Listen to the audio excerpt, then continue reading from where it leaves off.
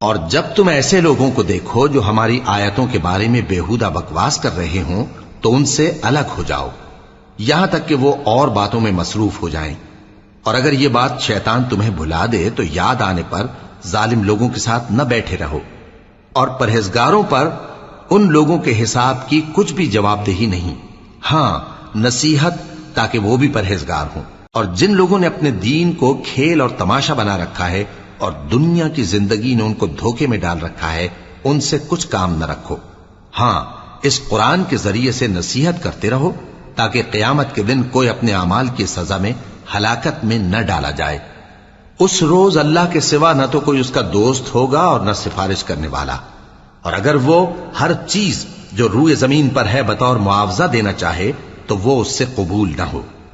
یہی لوگ ہیں کہ اپنے اعمال کے وبال میں ہلاکت میں ڈالے گئے، سو ان کے لیے پینے کو کھولتا ہوا پانی اور دکھ دینے والا عذاب ہے، اس لیے کہ کفر کرتے تھے۔